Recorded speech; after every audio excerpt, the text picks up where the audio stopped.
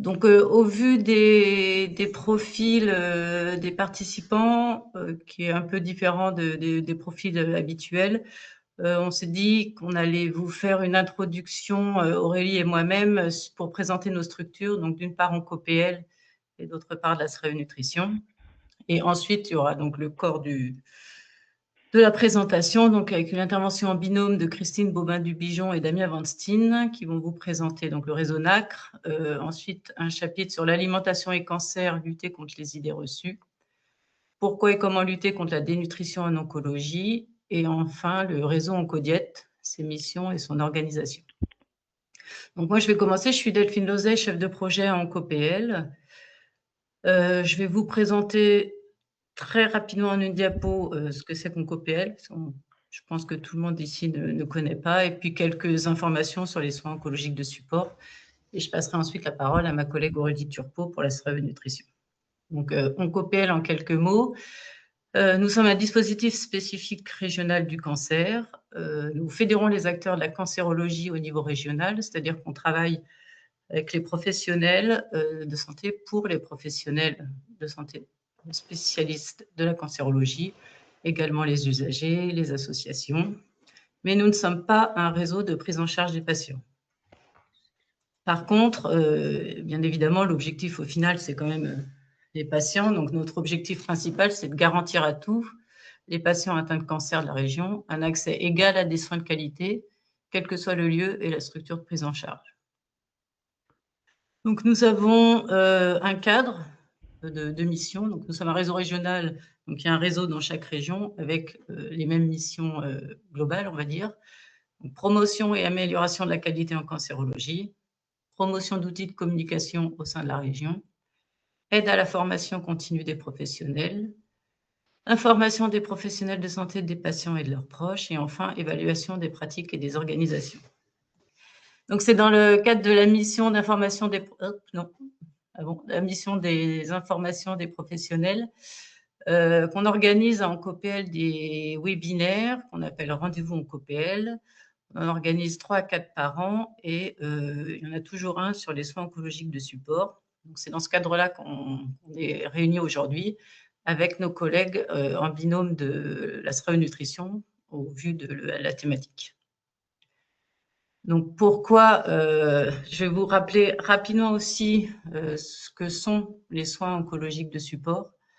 Donc, les soins oncologiques de support, ils ont été définis dès 2005 comme l'ensemble des soins et des soutiens nécessaires aux personnes malades tout au long de la maladie, conjointement au traitement oncologique. Et il y a des soins, on pourrait dire officiels. Donc, c'est en fait ce qu'on peut appeler soins oncologiques de support, c'est les soins qui sont définis dans le panier de l'INCa. Donc, 4 soins socle base, 5 soins complémentaires que vous pouvez voir sur la diapo. Donc, on voit bien que là, il y a la prise en charge diététique et nutritionnelle qui fait bien partie du panier des soins oncologiques de support.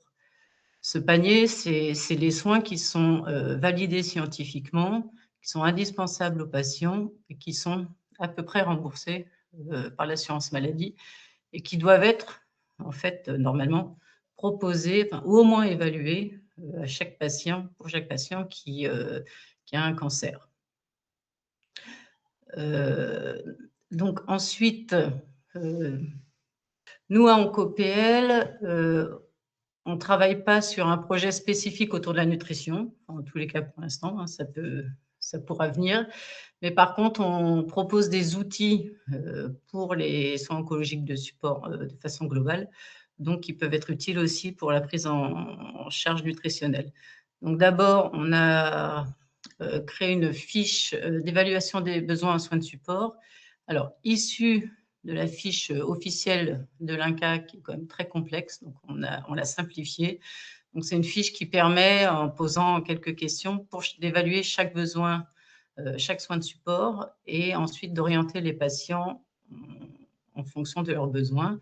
Donc, cette grille d'évaluation, vous la trouvez sur notre site, ainsi que le référentiel de l'INCa, si vous voulez en savoir plus. Ensuite, une fois qu'on a évalué les besoins des patients en soins de support, il faut pouvoir les orienter. Donc pour ça, nous, on propose un annuaire des ressources et également disponible sur notre site. Donc là, vous voyez une capture d'écran de comment ça se présente quand vous cliquez sur l'annuaire des ressources. Donc vous avez une carto, des filtres. Dans les filtres, on a un filtre soins oncologiques de support. Et dans les soins oncologiques de support, on retrouve la prise en charge nutritionnelle.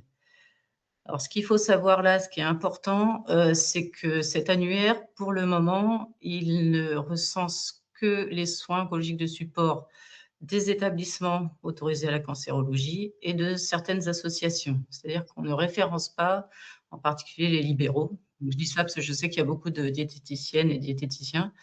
Donc, pour le moment, on ne les recense pas. Ça peut évoluer. En fait, il y a beaucoup de questions derrière de ce référencement. C'est-à-dire que si on référence les libéraux, il faut être bien sûr des critères pour les référencer. Et à l'inverse, c'est aussi la question d'exhaustivité. Si on commence à en référencer, il faudrait être à peu près sûr de les avoir tous. Puis enfin, il y a aussi des problèmes de mise à jour. Bon, ça, c'est plus technique, mais voilà, ça, c'est des choses. Donc, actuellement, on n'a que des soins en établissement et en association. Ça peut évoluer. En particulier, on pourra peut-être en reparler après, une fois le réseau Oncodiète présenté. Mais voilà, c'était pour vous informer sur ces ressources dont nous disposons en COPL. Voilà, c'est très rapide, c'est pour resituer un peu le contexte du webinaire. Donc maintenant, je vais passer la parole à Aurélie, qui va vous présenter la nutrition pardon, et vous introduire peut-être un peu plus le webinaire. Merci. Donc bonjour à tous, on est ravis en tout cas de vous accueillir aussi nombreux pour ce webinaire autour de la nutrition et de l'oncologie pendant la Semaine nationale de la dénutrition.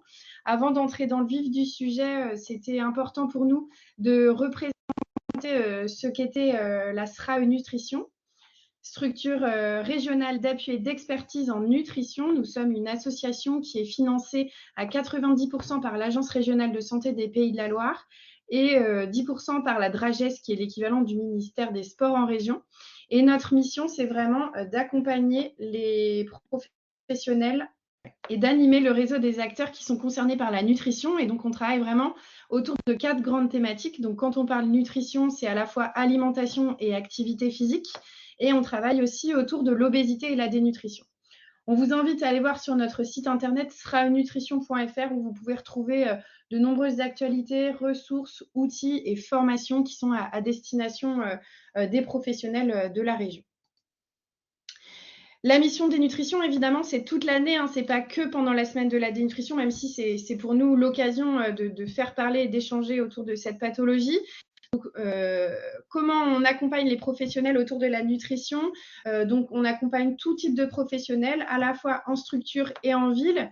On propose des outils d'aide au repérage de la dénutrition, des outils d'information sur la dénutrition à délivrer aux patients, à la fois sur les idées reçues autour de l'alimentation et aussi sur, une fois que la personne est dénutrie, avoir quelques conseils pratico-pratiques sur comment agir et adapter son alimentation. Et puis, on a aussi des outils spécifiques pour les professionnels d'EHPAD, parce qu'on travaille beaucoup sur la dénutrition de la personne âgée en particulier. Vous pouvez retrouver aussi sur notre site une cartographie qui s'appelle Cartenut, où vous retrouvez les adhérents de la SRAE Nutrition qui sont identifiés, qui peuvent vous permettre d'orienter selon le territoire vers le professionnel le plus proche de vos patients. On propose aussi des temps de formation et de sensibilisation inter-établissement en équipe. On travaille aussi avec l'IFSO sur une formation de prévention et repérage de la dénutrition de la personne âgée à domicile. Et puis, selon le besoin de vos structures, on peut aussi vous accompagner de manière plus personnalisée. Soit, si vous nous demandez une expertise ou un conseil dénutrition, on pourra vous orienter vers la bonne personne. Ou on peut aussi vous accompagner sur des réunions de travail lorsque vous avez un projet plus détaillé autour de la dénutrition. Donc nous, on travaille particulièrement sur la dénutrition de la personne âgée, mais la dénutrition, évidemment, elle concerne tout le monde et c'est pour ça qu'il existe depuis 2020 une semaine nationale de la dénutrition sur laquelle nous sommes partenaires, la SRAE Nutrition, en collaboration avec l'association Du Pain sur la Planche. On accompagne tous les professionnels et on essaye de faire du relais. Qu'est-ce que la semaine de la dénutrition? Donc, c'est une semaine qui a pour objectif de sensibiliser et d'informer le grand public, les professionnels sur la dénutrition. Il y a des actions dans toute la France. L'année dernière, il y avait plus de 2600 actions qui avaient été labellisées par le collectif de lutte contre la dénutrition.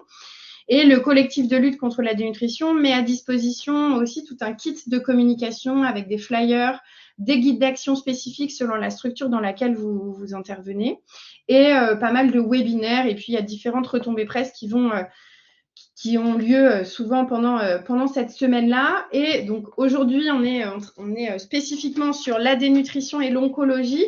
Et le collectif de lutte a mis en place différents outils spécifiques sur l'oncologie. Donc vous avez un guide en oncologie pour les professionnels, un carnet de suivi du poids, un guide pour les patients, et puis des fiches d'aide à la prescription des compléments nutritionnels oraux, à la fois pour les médecins, pour les pharmaciens et aussi pour les patients. À l'Astra Nutrition, en complément, on propose pour les professionnels de la région des outils complémentaires sur à la fois une vidéo qui représente ce qu'est la dénutrition, comment on la repère, comment on la diagnostique, comment on la prend en charge, délivré à destination des patients, une mallette à outils pour animer un atelier de prévention autour de la dénutrition, et puis des outils spécifiques pour les médecins généralistes et pour les professionnels d'EHPAD. Vous pouvez retrouver tout sur notre site internet. Ils sont en version numérique, mais vous pouvez les commander ou nous en faire la demande par mail si vous le souhaitez. On est particulièrement là ensemble avec OncoPL pour vous parler dénutrition et oncologie. Donc, on va laisser la parole maintenant à Christine Bobin-Dubigeon et Damien Van Steen pour nous parler de la dénutrition en oncologie. Donc, bonjour à tous, merci beaucoup à OncoPL, à l'Astra Nutrition de nous avoir sollicité, Damien et moi-même. On a l'habitude de travailler en binôme tous les deux pour communiquer autour des thématiques du lien entre nutrition et cancer. Donc merci à vous et je suis ravie d'intervenir sur, je vais pas intervenir sur la dénutrition proprement dite puisque je vais vous présenter dans un premier temps de cette intervention le réseau dans lequel nous sommes très fortement impliqués, Damien et moi, et qui est un réseau très intéressant pour tous les professionnels et le grand public qui s'intéresse au lien entre cancer et nutrition. Et puis ensuite, on parlera des fake news et surtout, je vous expliquerai quels sont comment se fier à une qualité d'information scientifique sur le lien entre cancer et nutrition. Et puis ensuite, je donnerai la parole à Damien qui parlera plus spécifiquement de la nutrition. Est-ce que vous voyez bien mon diaporama? Oui. Oui, ok, super. Donc, je vais commencer à introduire mon propos par la présentation du réseau NACRE. Alors, le réseau NACRE, pourquoi ça s'appelle NACRE? Parce que c'est nutrition, activité physique et cancer et recherche. C'est un réseau qui existe depuis les années 2000 et qui regroupe l'ensemble des équipes de recherche qui s'intéressent au lien entre cancer et nutrition. Donc vous avez sur l'écran notre lien. Et je vais revenir beaucoup sur le fait que vous avez la possibilité, vous, en tant que professionnel de santé, de solliciter toutes les informations que vous souhaitez et de les télécharger gratuitement sur notre plateforme, sur notre site internet. Alors, ce réseau regroupe 47 équipes françaises qui sont également réparties sur l'ensemble du territoire. Et puis, on intègre en continu des équipes de recherche qui s'intéressent à ce lien-là, qui ont des domaines de compétences extrêmement larges, puisqu'on a des sciences dures, de la recherche médicale, des gens qui s'intéressent aux effets in vitro des nutriments, mais aussi des professionnels des sciences humaines et sociales. Donc, c'est un champ de recherche extrêmement large autour de cette thématique. Et nous avons élargi notre réseau à l'échelle européenne avec l'intégration d'équipes récemment, d'équipes italiennes, belges et britanniques. Alors, ce réseau, il est organisé avec un comité de pilotage, un coordinateur qui me paraissait important de citer, qui est Bernard Strour, qui est aidé de chef de projet. Et puis, nous avons également une cellule de coordination en lien avec le partenariat, responsable de com, responsable du comité de formation. Et on va voir que la formation a un rôle très important dans notre réseau. Alors d'abord, quelles sont les stratégies de notre réseau? 3 grandes stratégies. On s'intéresse à la prévention nutritionnelle des cancers primaires. à la prise en charge nutritionnelle des malades atteints de cancer et également à la prévention nutritionnelle des récidives et des seconds cancers. Donc on a un champ extrêmement large pour tout ce qui est en lien avec cancer et nutrition, avec 4 objectifs. Alors le premier objectif, juste à titre informatif, on est un groupe de chercheurs académiques, donc c'est de fédérer la recherche pour établir des collaborations, monter des projets de recherche ensemble. Un deuxième objectif qui est quand même très important pour vous, c'est de savoir qu'on communique énormément à l'égard du grand public, donc un objectif d'information du grand public, patient et grand public en général, pour relayer les politiques de santé publique autour de la nutrition et diffuser des supports informatifs. Le troisième objectif qui vous intéresse particulièrement, puisque vous êtes tous professionnels de santé, c'est le fait que nous proposons des formations pour que vous amélioriez la prise en charge de la nutrition en prévention et la prise en charge des patients au cours de leur traitement. Et puis un quatrième objectif qui est important, qui concerne la réalisation de synthèse de connaissances scientifiques à travers la mobilisation d'expertises collectives qui nous permettent pour un sujet donné, je vais l'illustrer, de faire des synthèses de la littérature, de produire des éléments, des rapports scientifiques parfaitement étayés pour donner des arguments aux agences sanitaires pour établir les recommandations de santé publique autour de notre thématique d'intérêt. Alors, je vais passer très vite sur les objectifs d'information, l'objectif 2 qui est informer le public et juste spécifier qu'on a, comme vous le voyez sur cette diapo, de très nombreux outils, des livrets, des brochures, des affiches qui sont consultables par le grand public, mais également des vidéos, des kits pour animer des ateliers. Donc ça, vous pouvez tout à fait aller sur notre site pour les consulter, les télécharger, voire les commander gratuitement grâce à nos chefs de projet qui feront un plaisir de vous les envoyer. Donc ça, c'est un point qui est évidemment important. On a informé le public, on le fait aussi très rapidement à travers des événements grand public, des théâtres forums, des animations d'ateliers ludiques, etc. Et des sollicitations d'interviews, de rédaction d'articles. Et on a sur notre chaîne YouTube des replays, des interventions qui ont été faites. Je vais passer à notre troisième objectif qui est la formation des professionnels de santé et insister sur le fait que notre réseau propose des formations, donc formation NACRE 2 fois par an autour du thème donc nutrition et cancer avant, pendant et après le cancer, et ces formations ont lieu 2 fois par an. Donc elles ont pour objectif de vous sensibiliser évidemment en tant que professionnel de santé à la prévention nutritionnelle des cancers et puis aussi de diffuser les réactualisations et dernières recommandations sur la prise en charge nutritionnelle de patients atteints de cancer. Cette formation est reconnue par le réseau Oncodiète dont vous parlera Damien. Alors malheureusement, je vous mets un peu l'eau à la bouche, mais les inscriptions sont closes pour 2025. Je vous incite vraiment à vous abonner à notre newsletter qui vous permettra d'avoir les dates pour les prochaines formations. On intervient également dans différents événements. Peut-être certains d'entre vous vont avoir la chance d'aller aux Journées francophones de nutrition, qui est notre gros congrès européen francophone qui aura lieu à Lyon en décembre prochain, où là on fait une formation sur la prise en charge nutritionnelle des cancers qui sera le vendredi matin. On intervient dans les congrès de médecine générale et dans la formation des bénévoles de la Ligue contre le cancer. Alors, vous pouvez, en tant que professionnel de santé, avoir accès aux outils qui sont disponibles sur notre site. Donc, il y a des brochures, des dépliants, des affiches qui sont tout à fait consultables en ligne, mais aussi que vous pouvez commander. Et puis, là, je fais une petite publicité sur un nouvel épisode qu'on a mis en ligne sur notre chaîne YouTube, qui est un épisode qui dure 10 minutes sur une thématique d'intérêt, le lien entre produits laitiers et cancer. C'est une vidéo qui vous explique comment décrypter et comprendre ce lien qui a été mis en ligne il y a juste quelques semaines.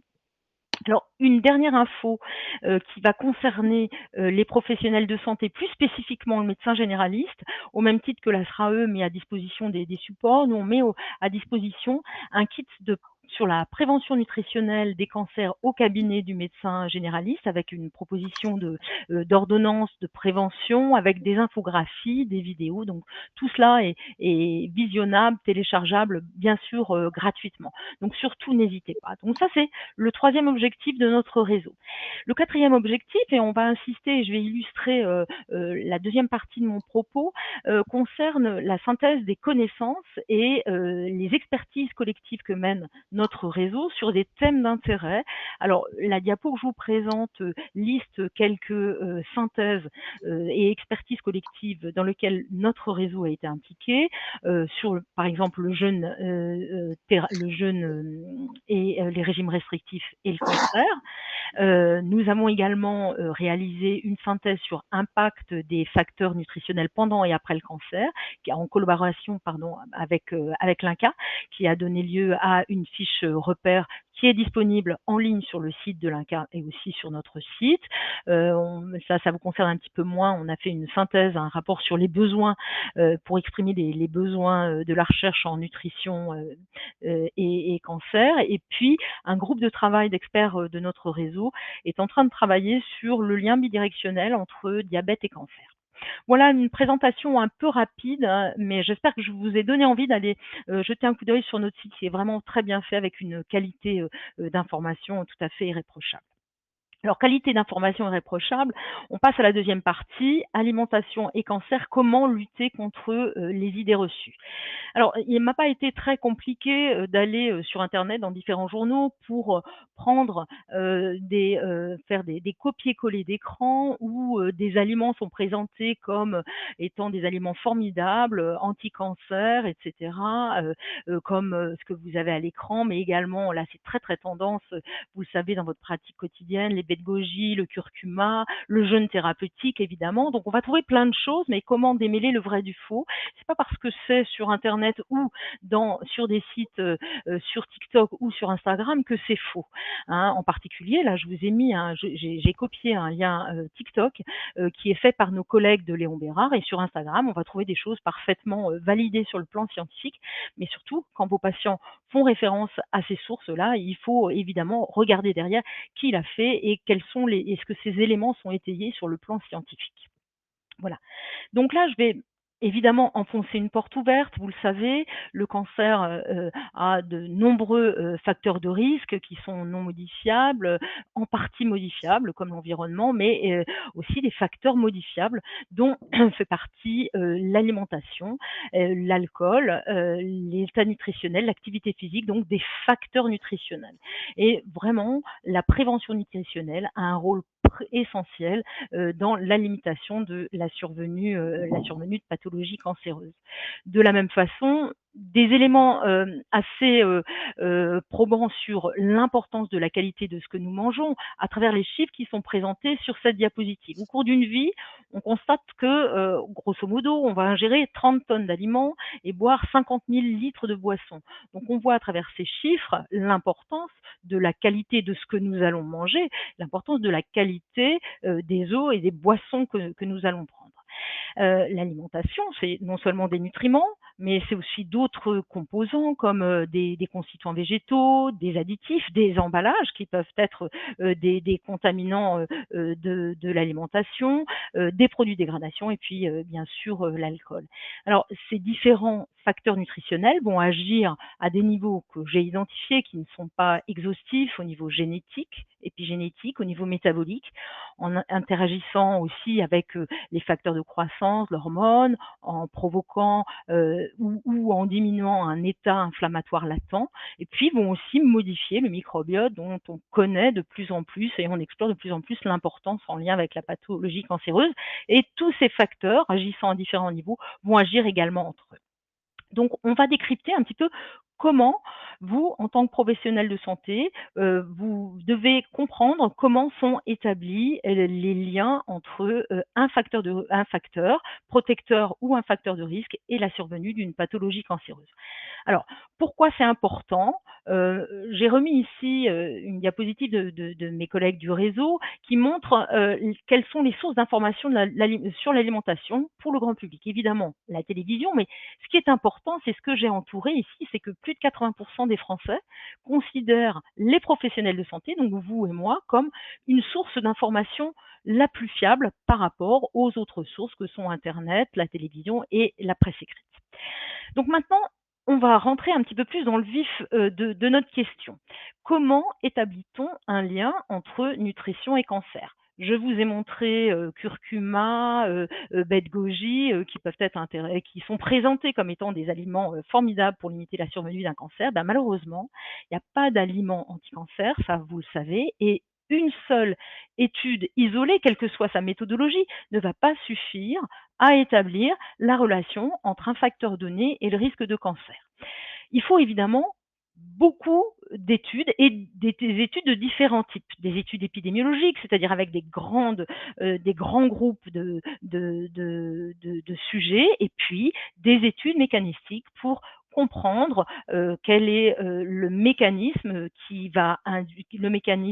par lequel un facteur nutritionnel va augmenter le risque de cancer ou au contraire diminuer le risque de cancer. Donc, seule l'évaluation de l'ensemble des résultats disponibles pour toutes ces études avec une démarche d'expertise scientifique collective, et ça j'insiste sur la notion de collectif, qui va respecter une méthodologie rigoureuse, va permettre de faire le point sur les connaissances en précisant un niveau de preuve. Donc, on va revenir sur cette notion de niveau de preuve. Et puis, si le niveau de preuve est suffisant, on va pouvoir, le cas échéant, proposer des recommandations donc, que vont s'approprier les agences sanitaires.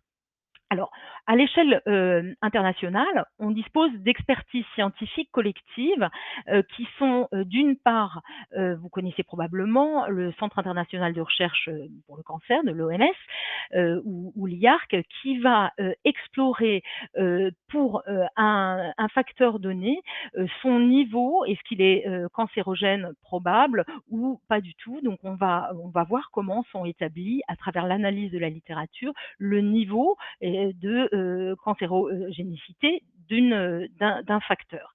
Et puis à côté, on a le Fonds mondial de la recherche contre le cancer qui, en continu, rédige des rapports sur l'impact de l'alimentation, de régime, sur la survenue ou pas de pathologie cancéreuse.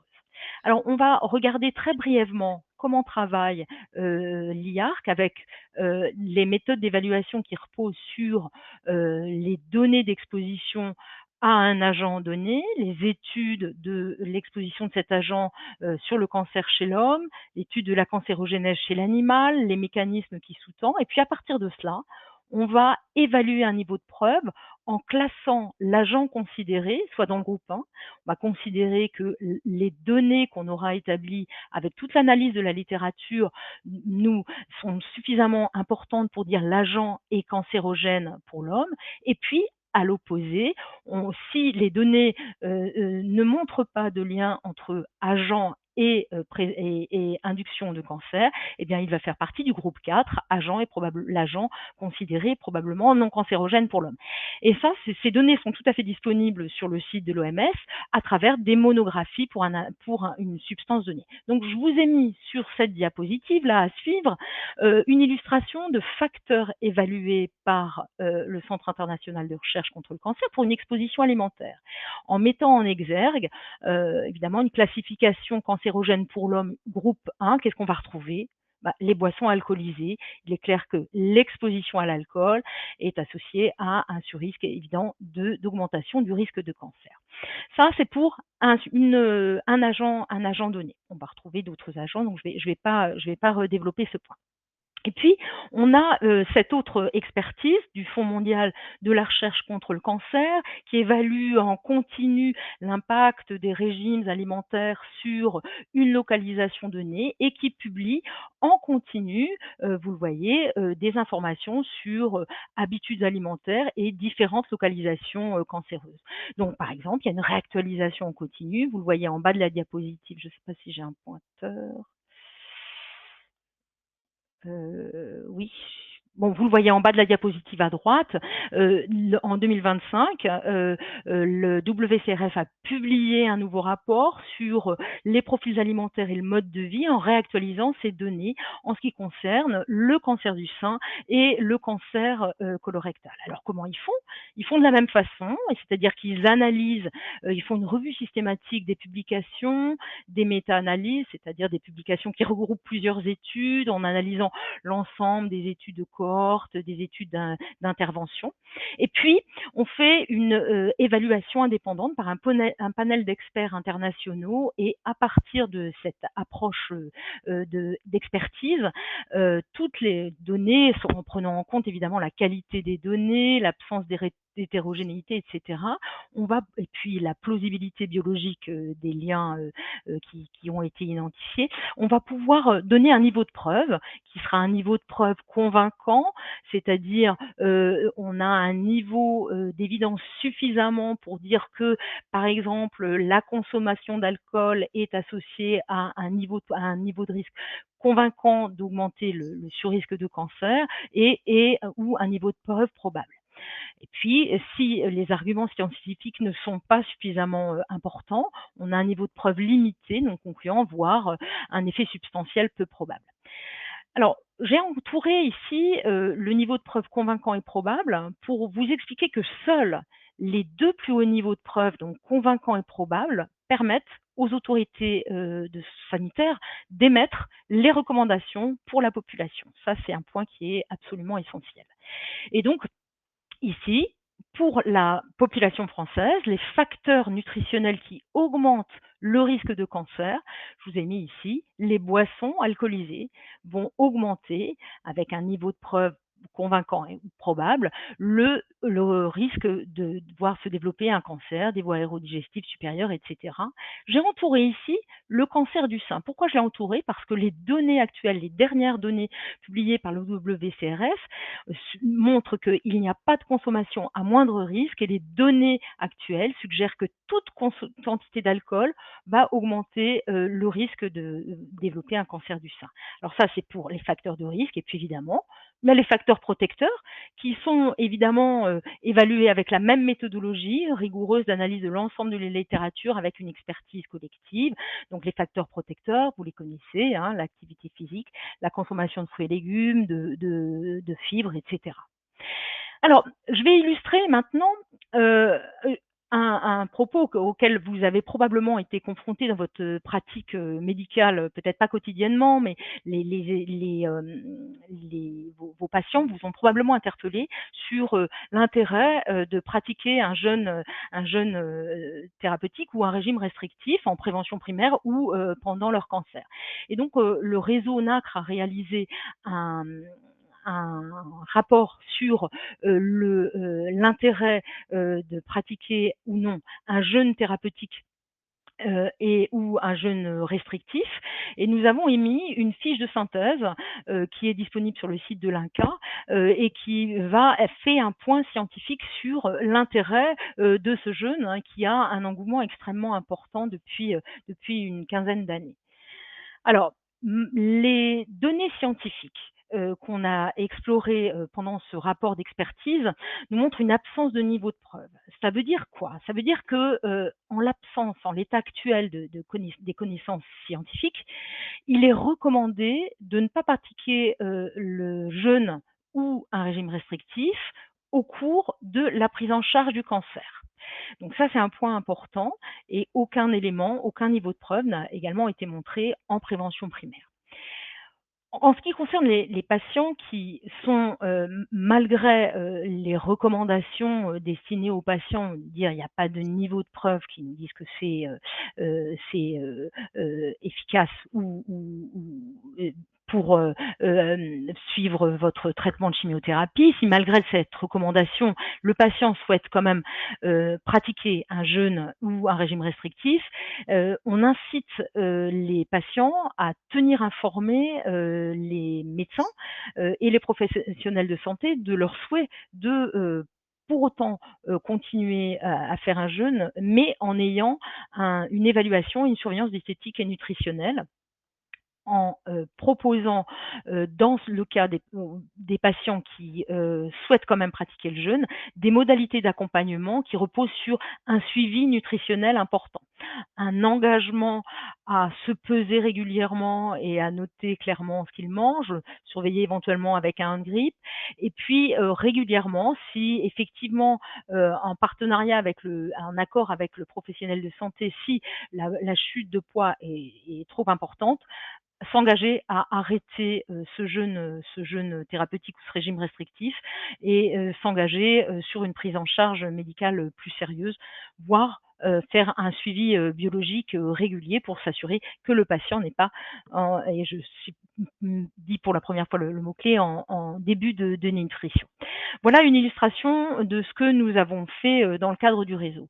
Et donc, pour conclure, les facteurs nutritionnels importants dans la prévention des cancers, en prévention primaire, mais également en prévention secondaire, vont agir à différents niveaux, hein, au niveau génétique, épigénétique, au niveau des facteurs de croissance. Ils interagissent entre eux et les grands messages que bien évidemment vous devez donner, mais vous les connaissez, c'est évidemment surveiller l'état nutritionnel en limitant surpoids, obésité, favoriser l'activité physique, avoir recours à une alimentation riche et diversifiée en légumes et fibres, limiter le recours à une alimentation ultra transformée, diminuer la consommation de viande, notamment viande rouge et d'aliments sucrés, limiter la consommation d'alcool, limiter, ne pas avoir recours aux compléments alimentaires, sauf dans un contexte médical très précis, et favoriser l'allaitement.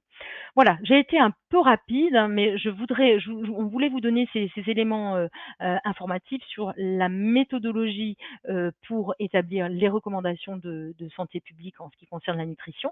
Et je vais donner maintenant la parole à Damien sur le problème qui se pose de la dénutrition en oncologie. Merci beaucoup OncoPL et l'Asrae Nutrition d'organiser ce webinaire au cours de la semaine nationale de lutte contre la dénutrition. Donc voilà, donc après ces explications par Christine, moi je vais parler plutôt de dénutrition et puis après on verra un peu comment on peut agir contre la dénutrition. Alors quel est le problème? Tout à l'heure, Christine parlait de ce rapport sur l'impact des facteurs nutritionnels pendant et après cancer, et notamment donc dans ce rapport-là, hein, il y a eu plein de facteurs nutritionnels qui ont été étudiés, et notamment la question de la dénutrition où donc on voit en fait en rouge c'est un facteur de risque convaincant, en orange probable, en jaune suggéré, et en fait on voit que dans la plupart des localisations tumorales il y a quand même un lien sur la dénutrition qui aurait un effet délétère, alors soit en mortalité globale, en mortalité spécifique, en récidive, sur la progression et autres. Mais globalement on a quand même un effet délétère, et puis dans certains cancers type œsophage, foie, pancréas, estomac, là, on a la sarcopénie qui vient en plus apparaître comme effet délétère. Voilà. J'ai gardé un peu la totalité de ces données-là parce qu'il y a aussi la case au-dessus, un surcharge pondérale, où bien sûr la surcharge pondérale est plutôt délétère dans certains cancers, notamment cancer du sein, côlon, rectum et cancer du rein. Mais voilà, c'est un peu ce qu'on appelle le paradoxe de l'obésité. Dans certains cancers, notamment le cancer du poumon, la surcharge pondérale serait peut-être un peu protectrice en termes de mortalité spécifique. Voilà, donc ça, c'est des choses à nuancer. Je pense qu'il y a quand même la notion de rentrer dans la composition corporelle. Et actuellement, la case composition corporelle est très très vide parce que malheureusement, il y a très peu d'études qui se penchent sur la composition corporelle de manière fiable. Mais je pense que c'est la clé de la prise en charge dans les années à venir, c'est d'aller un peu évaluer voilà, quelle est la quantité de masse maigre et de masse grasse. Et je pense que les données seraient très différentes si on affinait selon ces paramètres-là. Donc voilà. Et puis également, quand on regarde perception de l'état nutritionnel, alors là, c'est l'étude Nutri-Cancer, hein, étude qu'on a fait, bon, ça commence à dater, hein, ça date de 2012. On avait inclus un peu plus de 2000 personnes suivies pour un cancer un jour donné. Donc c'était des personnes à la fois hospitalisées, en consultation ou autre. Et en fait, bon, on avait un taux de dénutrition qui était de 39%, tout cancer confondu, avec les médecins qui avaient tendance à surestimer le pourcentage de patients dénutris et les patients et leur entourage qui avaient tendance à sous-évaluer le problème de dénutrition. Donc voilà, c'est une maladie qui est quand même assez méconnue, notamment de la part de nos patients et patientes. Donc c'est important de pouvoir leur expliquer ce que c'est. Voilà. Et puis, pour la petite histoire, hein, les médecins surestiment la dénutrition et pour autant, le taux de dénutrition entre 2005 et 2012 n'avait pas évolué. Donc, on n'est pas sûr que c'est pas parce que les médecins font le diagnostic qu'elle va être prise en charge. Mais ça, c'est un autre débat sur lequel je ne vais pas m'étendre aujourd'hui. Et puis un autre chiffre, hein, tout à l'heure je parlais de sarcopénie, hein, cette fonte musculaire. Donc là c'est l'étude de SCAN qu'on avait fait autour des années 2017-2018. Donc là c'était plutôt une étude sur plusieurs mois. On avait inclus différents types de cancers, alors que des cancers au stade métastatique sous chimiothérapie, notamment des cancers de la prostate. Donc c'est plutôt des cancers assez évolués.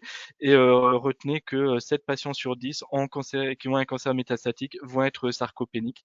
Donc voilà, c'est quelque chose, finalement, on se rend compte que c'est la grande majorité des personnes que l'on va devoir prendre en charge.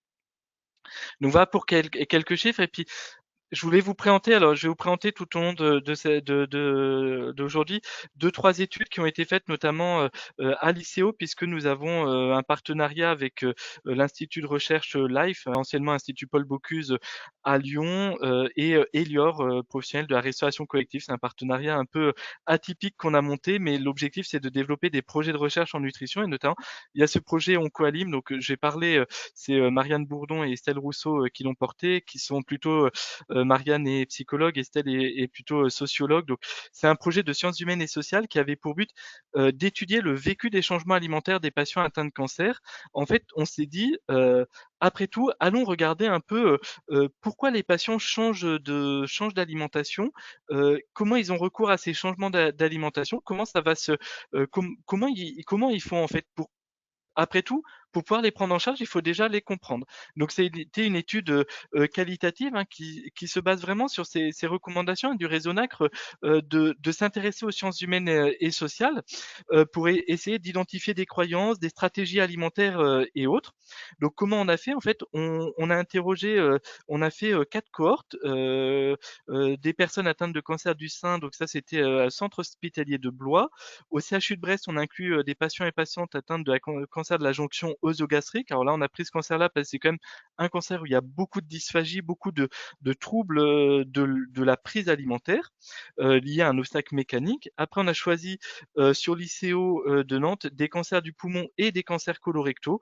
Là, on s'est dit, on a pris un peu des cancers qui donnaient beaucoup de dénutrition, d'autres moins de dénutrition, des cancers où les problématiques étaient différentes pour essayer d'identifier des choses un peu c'est un financement, cette étude-là a été financée par le Cancéropole Grand Ouest et par la Société francophone de nutrition clinique et métabolisme.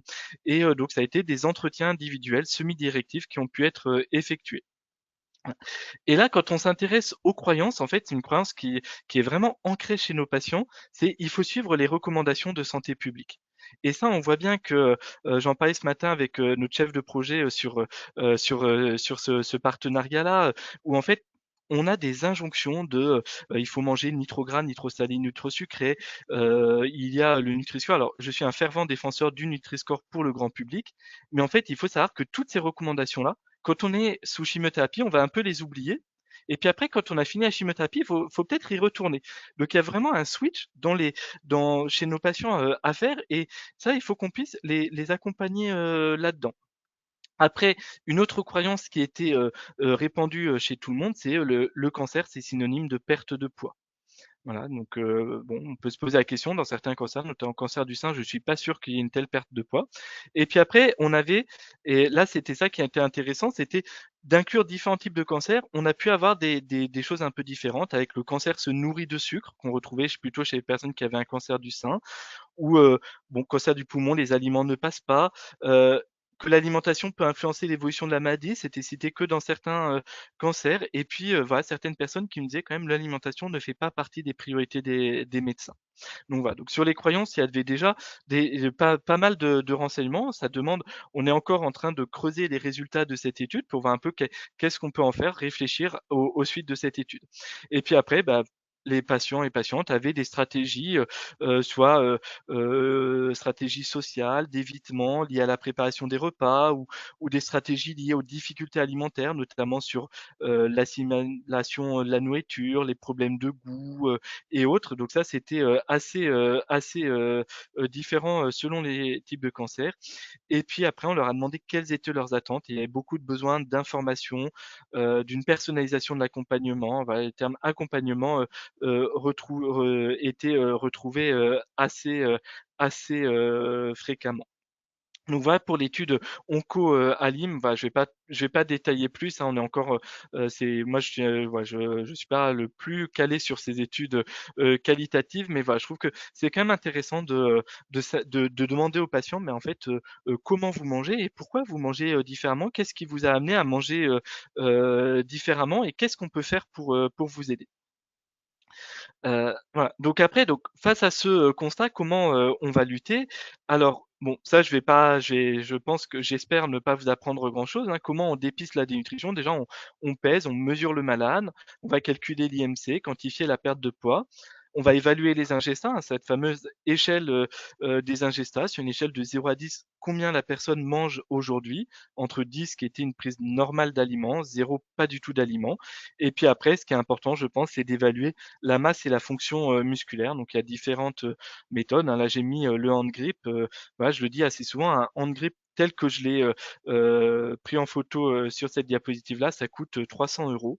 Voilà, ça pose aucun problème pour les établissements de santé d'avoir un appareil, un électrocardiogramme dans chaque service. Ouais, l'électrocardiogramme coûte beaucoup plus que 300 euros. Donc, je pense que la question du coût pour avoir des hand grips, je pense que c'est un faux problème. C'est vraiment à nous de montrer que c'est qu'il y a un intérêt à évaluer la fonction musculaire des patients et c'est aussi quelque chose qui est assez encourageant dans le suivi nutritionnel de montrer cette amélioration de la fonction musculaire. Donc après, bah, à partir de là, qu'est-ce qu'on va faire? On va définir s'il y a une dénutrition. Donc voilà les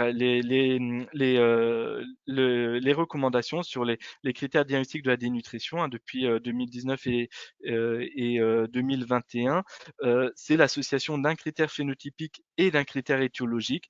Avec les critères phénotypiques, c'est essentiellement une perte de poids, un IMC faible, 18,5 chez moins de 70 ans et on va jusqu'à 22 chez les plus de 70 ans. C'est normal de prendre du poids avec l'âge et donc un IMC entre 20 et 22, c'est déjà un critère de dénutrition au-delà de 70 ans. Et puis une sarcopénie, réduction de la masse ou de la fonction musculaire pour simplifier. Après, voilà, on va pas rentrer dans les détails s'il faut l'un ou l'autre ou l'un et l'autre, ça dépend un peu de l'âge, mais déjà si on a soit la masse, soit la fonction musculaire, je pense qu'on a déjà commencé à quantifier la sarcopénie. Donc ça, c'est les critères phénotypiques. Et puis après, on a les critères étiologiques qui sont une réduction de la prise alimentaire, une altération de l'absorption et puis une situation d'agression. Donc c'est vrai qu'en cancérologie, on a de la chance, on peut être un peu fainéant. À partir du moment où la personne a un cancer, une pathologie maligne évolutive, c'est un critère étiologique de dénutrition. Donc on l'a assez facilement. Et puis après, avec cela, on va coter la sévérité de la dénutrition. Alors, bon, moi, j'aime pas trop ce terme dénutrition modérée ou dénutrition sévère parce que la dénutrition, c'est grave quoi qu'il en soit. Et c'est pas moyennement grave ou très très grave. La dénutrition, c'est un facteur pronostic péjoratif. Et faut pas se réfugier derrière, oh, c'est qu'une dénutrition modérée. Il n'y a pas besoin d'agir. Non, il faut agir dès la dénutrition, voire dès le risque de dénutrition. Donc voilà, donc la dénutrition sévère, un seul critère parmi une perte de poids importante, un IMC très faible ou une albumine basse en dessous de 30. Alors j'ai fréquemment la question si finalement la personne n'a pas perdu de poids parce qu'elle a de l'acide, son IMC se maintient, on n'a pas de moyen d'évaluer la fonction musculaire et on n'a qu'une albumine qui est à 28. Est-ce qu'on peut étiqueter la personne dénutrie? Malheureusement non, on n'a pas de critère phénotypique de dénutrition. L'albumine n'est qu'un critère de gravité. Donc voilà, donc je pense que chez les personnes qui ont beaucoup d'acide, des œdèmes et tout, s'aider de l'évaluation de la masse ou de la fonction musculaire, ça va être le seul moyen d'étiqueter la personne dénutrie. Et puis après, on peut évaluer la sarcopénie. Alors bon, on a les recommandations européennes. On va faire un premier dépistage de la sarcopénie par ce fameux questionnaire, le score SARC-F. C'est 5 questions. Est-ce que la personne a des difficultés à marcher, à monter les escaliers, à porter 4,5 kg, à se lever d'une chaise, et est-ce qu'elle est déjà tombée? En fonction des réponses, ben, on a un risque de sarcopénie, auquel cas on va voir s'il y a une réduction de la force musculaire par la force de préhension ou les tests de levée de chaise. Auquel cas, si c'est le cas, on a une probable sarcopénie. On va quantifier cette sarcopénie en évaluant la masse musculaire par la méthode de référence, c'est la composition corporelle par DEXA. Sinon, on peut faire de l'impédance-métrie, du scanner, de l'IRM et autres. Et puis après, on peut évaluer la sévérité de la sarcopénie par des tests de performance physique. Moi, j'utilise facilement le SPPB qui combine différents examens. Donc voilà. Donc après, bon, on a des critères, des seuils pour chacun de ces examens. Voilà, moi je retourne régulièrement sur ce tableau-là pour voir où se situe la personne. Donc, une fois qu'on a évalué la sarcopénie, la dénutrition, on va la prendre en charge, c'est-à-dire que si la personne n'est pas dénutrie, on va réévaluer à chaque consultation, ou on va peser au moins une fois par semaine ou toutes les 2 semaines suivant le secteur d'hospitalisation. Et puis on va, pour les personnes dénutries, par contre, la prise en charge nutritionnelle va être adaptée selon le degré de sévérité de la dénutrition. Et là, je vous renvoie sur l'app décisionnelle du soin nutritionnel labellisé par la SFNCM, qui a été publié par Corinne Bouclou. Également, on va surveiller l'évolution de l'état nutritionnel. On va réévaluer systématiquement chez les patients dénutris notre prise en charge. Alors, on peut la faire tous les mois chez les patients ambulatoires, au moins une fois par semaine chez les patients hospitalisés. Et puis, c'est important de réévaluer à chaque consultation de suivi l'état nutritionnel de nos patients. C'est pas de se dire tout va bien aujourd'hui, et ben en fait, on ne va plus s'en occuper. Voilà. Chez les plus de 70 ans, voilà, on va réévaluer également fréquemment en cas d'événements intercurrents, lorsqu'il y a une diminution de l'appétit, des consommations alimentaires. On va rapprocher la surveillance du poids, de l'appétit, des consommations alimentaires. Pensons à ouvrir le frigo des patients pour voir de quoi il est constitué. Donc voilà pour la prise en charge. La surveillance, voilà, quel que soit le statut nutritionnel chez plus de 70 ans, on va surveiller, là encore, le poids, l'IMC, l'appétit, la consommation alimentaire, la force musculaire, voilà, au moins une fois par mois à domicile, au moins une fois par semaine en hospitalisation, et puis dans les centres de long séjour, en EHPAD, assez régulièrement. Alors, ça, c'est l'évaluation. Et puis, comment on va les nourrir? Donc, je voulais vous reparler de cette recommandation qui a été sortie en 2019 sur les alimentations standards et thérapeutiques chez l'adulte en établissement de santé. Alors, je vais pas reprendre toutes les recommandations, mais globalement, sachez que ces recommandations ont été publiées. Vous pouvez les télécharger gratuitement sur le site de la SFNCM. Et l'objectif, c'est quand même de couvrir les besoins nutritionnels de nos patients, de respecter leurs habitudes alimentaires, mais quand même de ne pas faire n'importe quoi, notamment sur les alimentations thérapeutiques, ce qu'on appelle les régimes sans sel, sans machin, où voilà, on peut se retrouver parfois avec des patients qui ont énormément de régimes restrictifs, et faisons le tri dans ces régimes-là. Et suite à la publication de ces recommandations, avec l'interclan des centres de lutte contre le cancer, on avait fait comme ça une étude sur comment elles étaient appliquées, ces recommandations, et elles étaient connues et appliquées dans les centres de lutte contre le cancer. Donc on avait mes collègues, notamment Timothée Marchal, qui est à l'Institut Curie, qui a rédigé ce poster, avait fait tout un questionnaire qui a été envoyé à l'ensemble des soignants des centres de lutte contre le cancer. Bon, beaucoup de soignants travaillant en oncologie médicale ont répondu, là, mais après on a eu également de chirurgie, soins de support, radiothérapie, et puis alors bon, une grande majorité d'infirmières, 42% d'infirmiers et d'infirmières, mais voilà, 26% de médecins et autres. Et donc en fait, on avait quand même la plupart des répondants qui disaient c'est quand même important de laisser le patient choisir son repas pour prévenir la dénutrition. On avait 93% des personnes qui disaient ça, mais pour autant, on avait quand même plus de la moitié des participants qui disaient c'est pas choquant de faire au moins 2 alimentations restrictives. Donc, par exemple, de combiner du sans sel et du sans sucre ou du sans sel et du sans graisse, ainsi de suite. Et puis, sur qui est-ce qui définit c'est l'alimentation du patient, ben, en fait, les trois quarts disaient oh, ben, c'est les diététiciens et diététiciennes qui vont définir ça, alors que je vous rappelle que une alimentation restrictive ou quoi, une alimentation thérapeutique qui va être par définition restrictive, c'est sur prescription médicale. Et ça, il y a très peu de personnes, notamment les médecins, ne savent pas que c'est leur rôle de prescrire cela. C'est pas juste le patient qui dit bah, je mange sans sel, hop, on donne du sans sel. Non, il faut une prescription médicale parce qu'il y a des intérêts et des risques à manger sans sel. Voilà. Rajouter des collations, voilà, c'était le tableau en haut à droite, bah, la plupart des personnes étaient d'accord pour dire qu'il fallait rajouter des collations. Donc après, voir comment on arrive à faire ces collations. Et puis après, il y avait plusieurs questions sur les types d'alimentation thérapeutique et notamment, bah, il y avait l'alimentation sans sucre pour les diabétiques. En fait, encore à l'heure actuelle, il y a encore de nombreuses personnes qui pensent que on doit empêcher le sucre chez quelqu'un qui a du diabète. Voilà, c'est un peu, on a du mal à faire changer les habitudes. Voilà, l'alimentation à l'hôpital, elle est standard et adaptée pour les personnes qui ont du diabète. Il n'y a pas besoin d'aller supprimer le sucre du plateau repas. Vous allez les empêcher de manger. Donc voilà pour cette étude qui a été, là je vous présente le poster, on l'avait présenté au congrès de l'ESPEN, congrès européen de nutrition il y a quelques années. Et puis une autre étude qu'on a fait dans le cadre de notre partenariat à l'ICO, qui là aussi a été présenté au JFN l'an dernier, c'était de se dire, après tout, essayons de développer des recettes qui soient enrichies pour lutter contre la dénutrition.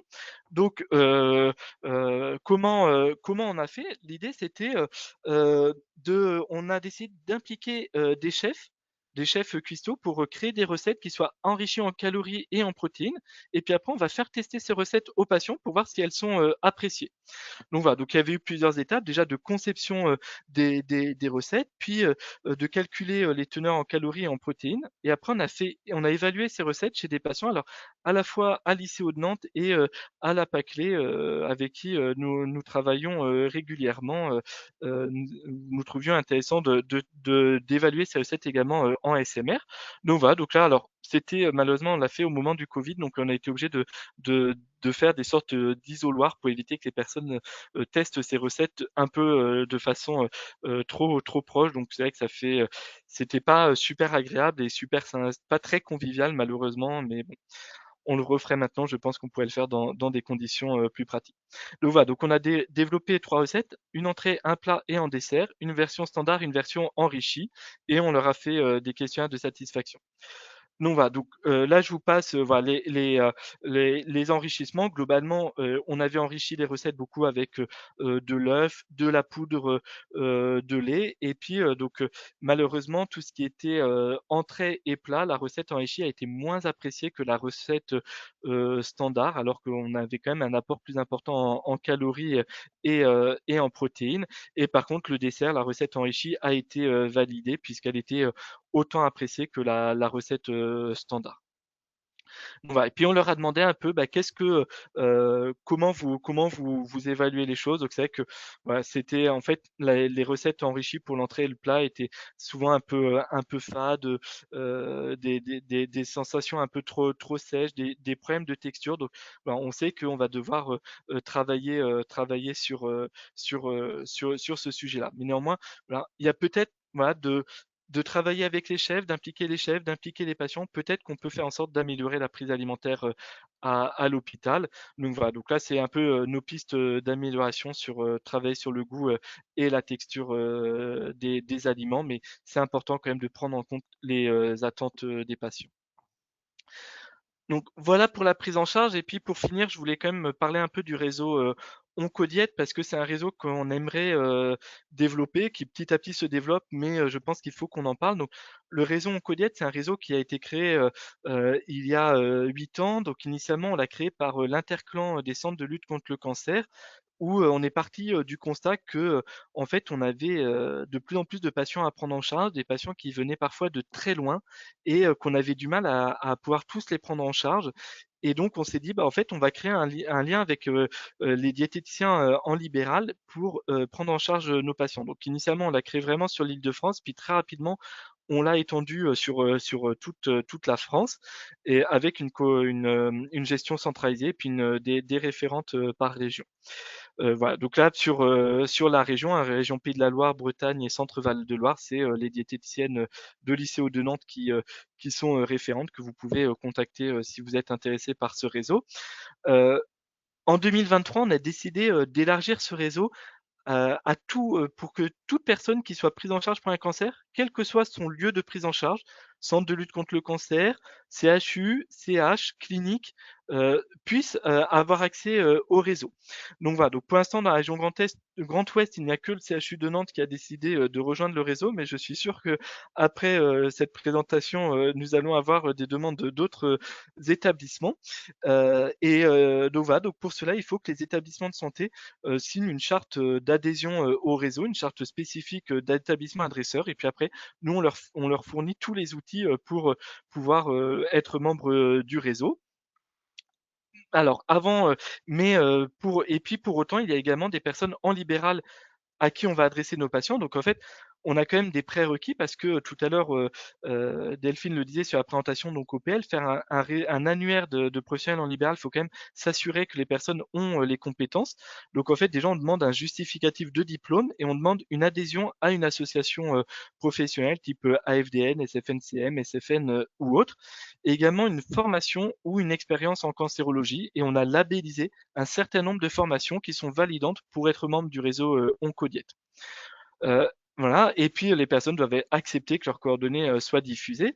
L'adhésion pour les professionnels en libéral est gratuite, elle doit être renouvelée tous les 2 ans. Et donc voilà, donc il y a une charte à signer, notamment où les personnes en libéral s'engagent à prendre en charge les personnes selon les recommandations nationales et internationales, hein, notamment sur la lutte contre les idées reçues de ne pas propager de fake news. Et dans la formation, il y a forcément, pour que la formation soit validante au Codiet, il y a une partie sur la lutte contre les fake news. Et en contrepartie, les personnes en libéral s'engagent à plafonner le tarif de la consultation à 45 € maximum. Voilà, j'ai notamment avoir un discours éthique, informer le service adresseur de la prise en charge, et puis on propose également une journée de formation et de réactualisation des connaissances qui a lieu une fois par an, à Curie en présentiel ou en visio. Et donc on demande également aux personnes qui sont membres du réseau de participer à ces journées de formation. Voilà. Et puis nous, en contrepartie, le réseau Oncodiète, ben, on fournit aux établissements adresseurs des flyers pour qu'on puisse adresser au réseau Oncodiète, flyers à donner aux patients pour qu'ils puissent bénéficier du tarif préférentiel. Voilà, on héberge l'annuaire sur le site de la SFNCM.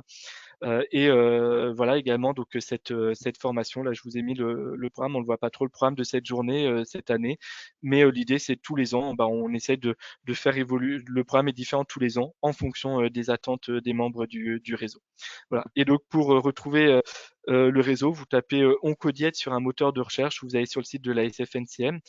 Alors bon, on a un petit souci, je vais prendre ma casquette SFNCM, on a eu un gros souci avec le site internet, donc on a un site internet de secours qui est vraiment pas très pratique à l'heure actuelle, mais j'espère bien que en 2026, on va pouvoir mettre à jour le site internet et que le réseau Oncodiète soit un peu mieux hébergé. Donc voilà, et puis là, c'est l'évaluation du réseau, c'est apprécié par les professionnels en libéral, mais le problème, c'est le peu de moyens humains et le peu de retours qu'on a sur les personnes qu'on envoie en libéral.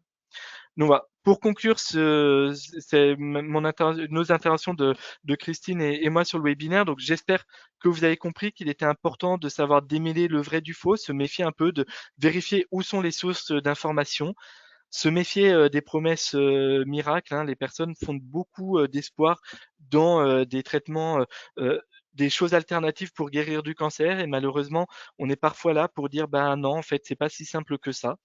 Après, il faut aussi respecter la personne, hein. Si elle décide de faire un régime restrictif, en fait, elle le fera quoi qu'il en soit. Donc, on est là aussi pour l'accompagner, s'assurer qu'elle ne se mette pas en danger. Et puis, en fait, détecter la dénutrition, c'est très simple. Un simple pèse-personne et un grip sont suffisants. Vous n'avez pas besoin d'aller dans des examens compliqués. Finalement, c'est à la portée de tout le monde pour un coût de moins de 400 euros d'équipement. Donc, c'est quand même assez simple. Merci beaucoup, Damien et Christine, pour vos présentations très riches et intéressantes. Donc, on va passer au temps de questions. On a prévu un webinaire jusqu'à 15h30, donc on a un petit peu de temps. On va peut-être commencer par celles qui sont dans le chat. Donc, on avait une question sur, pour l'utilisation du hand grip, comment faites-vous pour une personne avec de l'arthrose? Je vais répondre. Oui, c'est dans les limites du hand grip, c'est les troubles musculo-squelettiques des membres supérieurs. Voilà, on ne peut pas l'utiliser. Donc après, il y a d'autres tests, hein, tests vitesse de marche, levée de chaise et autres qui peuvent être effectués. J'ai une autre question. Ce sont les diètes qui voient le patient en ambulatoire de manière mensuelle ou pas? Et comment vous vous organisez? Je comprends pas bien la question. Je pense que ça devait être sur le suivi, quand je parlais dans les recommandations sur le suivi mensuel notamment. Alors peut-être c'est docteur Bavray, peut-être que vous pouvez ouvrir Oui, votre micro, voilà, et poser la oui. question directement, ce sera plus simple. Salut Bonjour. Damien, du coup Salut c'est Manon.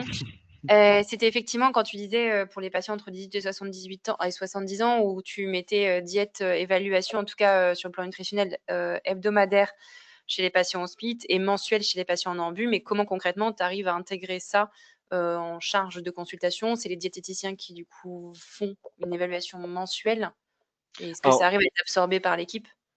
c'est de se dire à chaque fois que la personne vient dans l'établissement, il faut la peser. Et tu vois, le suivi hebdomadaire quand la personne est hospitalisée, faut demander aux équipes de peser la personne une fois par semaine.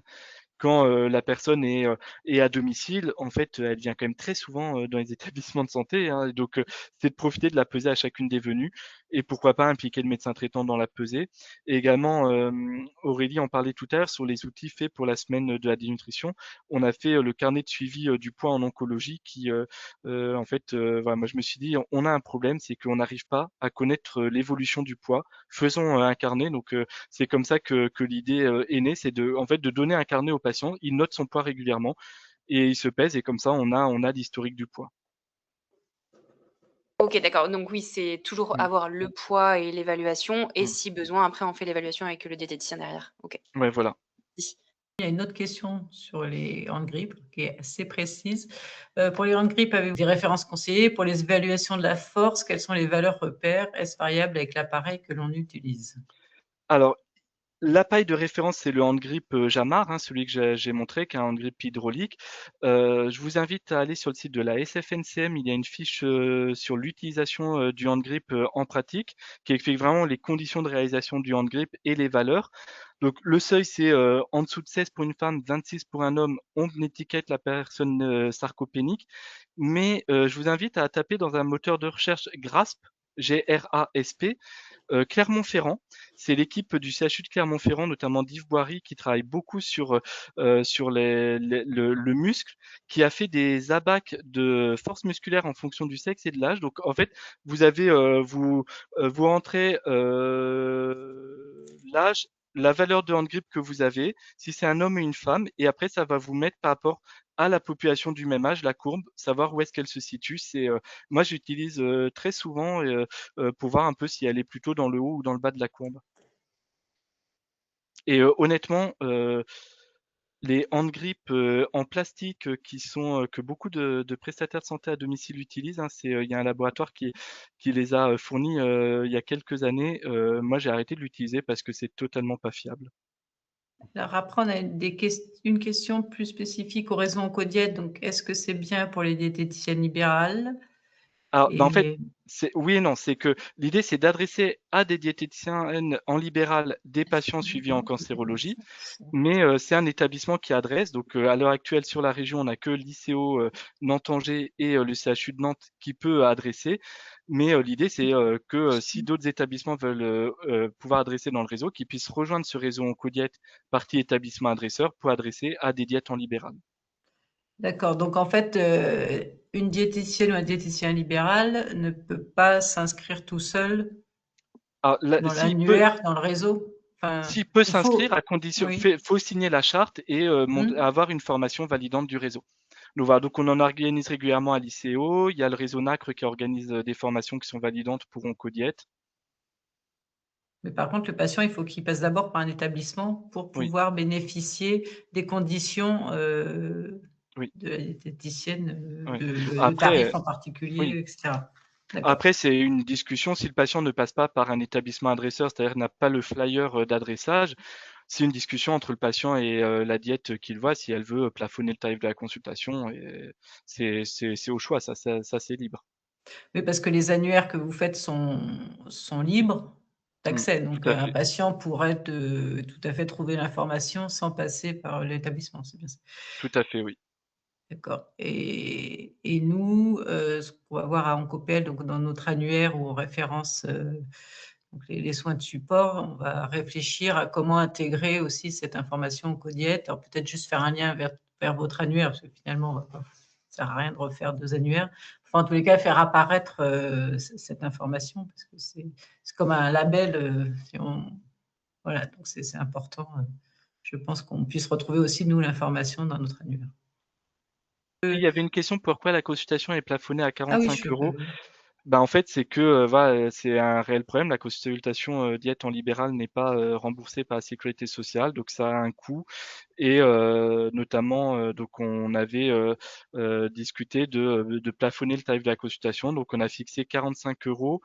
Ça dépend beaucoup des régions, notamment en Île-de-France, c'est vrai que la consultation est beaucoup plus élevée. Donc voilà, on sait qu'on demande un effort aux diètes libérales. Mais en contrepartie, voilà, il y a une journée de formation annuelle qui est gratuite. Il y a un adressage spécifique des patients, donc c'est pour ça que on demande un peu une contrepartie. Et donc, il y a la question, où trouve-t-on la liste des formations validantes pour faire partie du réseau Oncodiète? Donc ça, Et je ben pense que... normalement sur le site d'Oncodiète, je pense qu'on doit avoir les formations validantes. Oui, J'ai pas vérifié dernièrement, mais normalement c'est le cas. il me semble aussi. Et Merci puis, Aurélie. il y a encore un petit peu de temps si vous souhaitez pour poser vos questions. Moi, je vais en profiter dans ce cas-là. Allez-y. Allez-y. Christine, c'est vrai que sur les facteurs de risque, hein, on est parfois un peu étonné, hein, notamment sur boissons alcoolisées. Moi, je suis toujours étonné de Oui, voir que le cancer du foie n'apparaît pas. tout à fait. Je suis d'accord avec toi. Mm. Et tu sais pourquoi? C'est parce que en fait c'est un lien très indirect ou parce que quand même, moi on m'a toujours appris alcool égale cancer du foie. Ah bah, en tant que pharmacocinéticienne, je peux pas te dire le contraire, hein. Ça c'est sûr, sur le plan métabolique, c'est un peu évident. Écoute, je sais pas moi, les éléments que j'ai transmis sur les dernières données du WCRF, les experts ont travaillé uniquement sur colorectal et cancer du sein. Et le fait majeur qui a été réactualisé, c'est de dire que à partir du premier verre de vin, on augmente le risque de cancer du sein. Mais je suis complètement d'accord avec toi. Il faudra qu'on questionne Bernard Strour, qui est un grand spécialiste du cancer du foie, enfin pas du cancer du foie, mais des boissons alcoolisées.